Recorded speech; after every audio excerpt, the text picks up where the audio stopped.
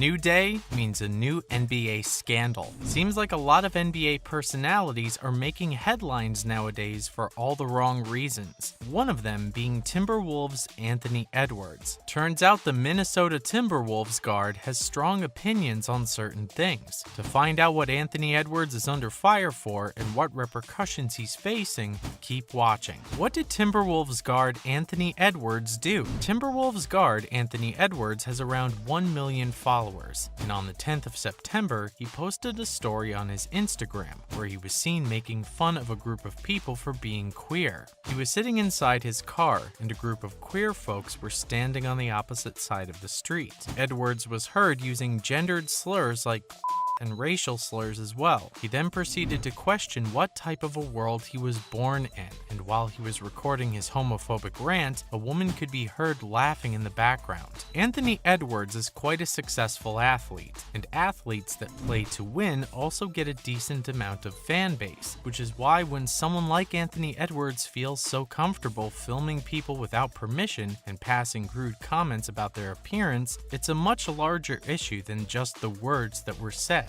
Not only did Edwards out himself as homophobic, but he also showed the world that he couldn't be trusted with such a huge responsibility of maintaining social awareness. Edwards has since apologized, but let's get into that later. On that note, what did the Timberwolves have to say about it? The Minnesota Timberwolves naturally came under fire after Anthony Edwards made anti-gay remarks on his social media. About 10 days ago, Timberwolves representatives made a statement regarding the whole situation, basically distancing themselves from Anthony Edwards' actions. The only few comments they made were that they were disappointed in the actions of Edwards, also adding how they don't support the language or the actions of Anthony. The Minnesota Timberwolves also issued an apologetic statement clarifying how the team is committed to being inclusive and welcoming to all people regardless of their sexual orientation, gender, or race. It is still unclear how the Minnesota Timberwolves are planning on saving their image, since Anthony Edwards is still a part of their team,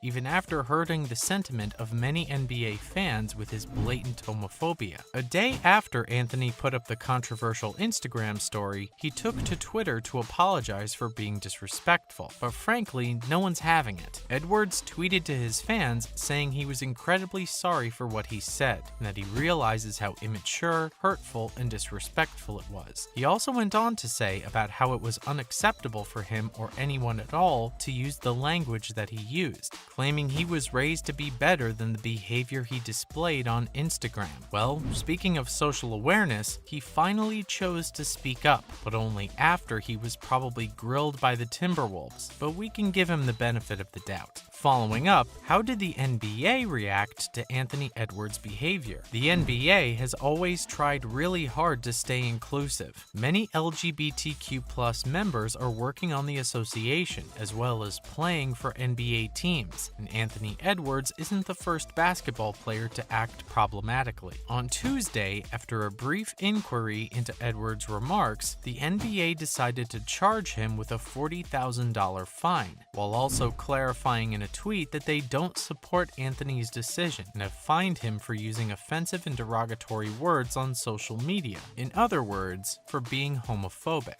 The NBA regularly hosts Pride Nights and is quite an important part of Pride parades as well. But does that mean the issue within the NBA is fixed? Time and time again, for every one person in the association that comes out as queer, another 2 people come out as homophobic. The league has typically fined players for using profane or homophobic language. In 2021, for example, Kevin Durant of the Nets was fined $50,000 for using homophobic and misogynistic language in a private social media exchange with the actor Michael Rappaport, who then publicly shared screenshots of some of the conversation. So, how do NBA fans feel about the homophobic comments? Sports isn't gendered, and the NBA is followed by all types of people, which is why when Anthony posted the Instagram story, a lot of NBA fans and Timberwolves fans got upset. From Reddit threads to debating under Anthony's apology tweet, you will see clear disregard for Anthony's efforts to make up for his words. One person left a comment under Anthony's tweet asking why he was so concerned about who they were as a person and why he hated them so much for just being themselves.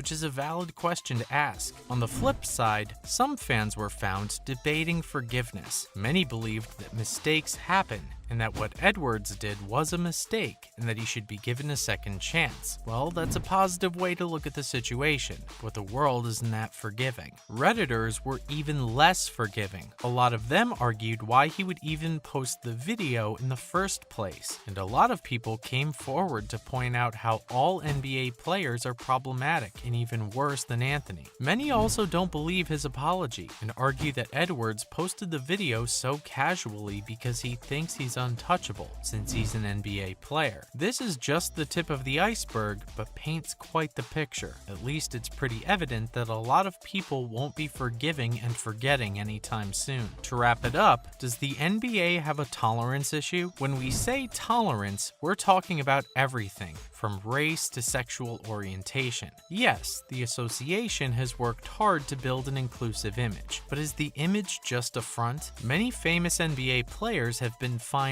thousands of dollars over problematic statements. Kevin Durant was fined $50,000 in 2021, and Roy Hibbert got fined $75,000 after he misbehaved with the press during a press conference and also made sexually inappropriate jokes about LeBron James. Jason Collins remains the only openly gay NBA player who also played for the Minnesota Timberwolves in the early 2000s, and he thinks the internalized homophobia in the NBA stems from the fear of stepping forward and being rejected. He always talks about how the NBA and fellow athletes need to take a step forward and create an accepting environment for closeted athletes. Seems like the NBA needs to do some inner work before spending thousands of dollars building an image that even their athletes don't truly respect. Does the NBA have a tolerance issue? Yes, we think it does, and we hope it gets better. Now on to other news. Are Phoenix Suns for sale? Robert Sarver, the owner of Phoenix Suns for over a decade, has now been suspended for violating workplace rules and making female employees feel uncomfortable. The NBA also asked Sarver to sell his team, since they don't necessarily want him back. Robert has recently announced that he's getting ready to sell not just Phoenix Suns, but Phoenix Mercury as well. Leaving with a $10 million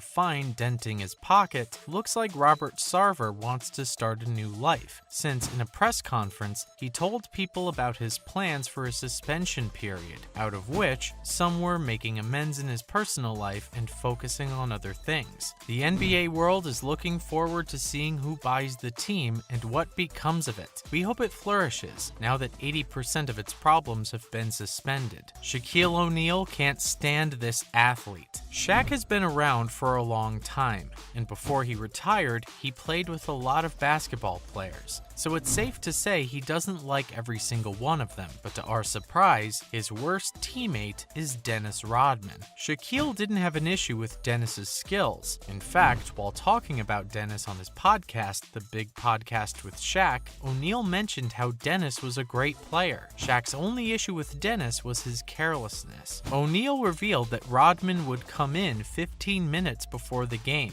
whereas the rest of the team would come an hour early, and even in those 15 minutes, Rodman would eat and take a shower, all while the coaches were prepping the team for the match. Only after a shower, he would come to the court and barely give around 15 to 20 seconds of rebounds. We'd feel sorry for Shaq, but not like he's going to be playing pro basketball anymore. A great story though. Is ESPN targeting Trae Young? Ironically, the issue here isn't ESPN continuously spreading false news about Trae Young. It's the exact opposite. The lack of acknowledgement of Young's existence in the NBA. Trae Young is a very promising athlete. He made history by being the second player to lead the Atlanta Hawks in total points and assists during the previous season. With all these accomplishments, Young seems to only be getting better, and when ESPN released their top players 2022 to 2023 prediction list, Trae was literally at the bottom of the barrel, not even in the top 10 list, but placed at number 16. ESPN is yet to release the top 10 list, but we, along with Hawks fans, are curious to see how ESPN is calculating who ends up where. That's a wrap for this video. Do you think Anthony Edwards deserves a second shot? Make sure to give this video a thumbs up and subscribe to our channel for more videos like this. See you at the next one.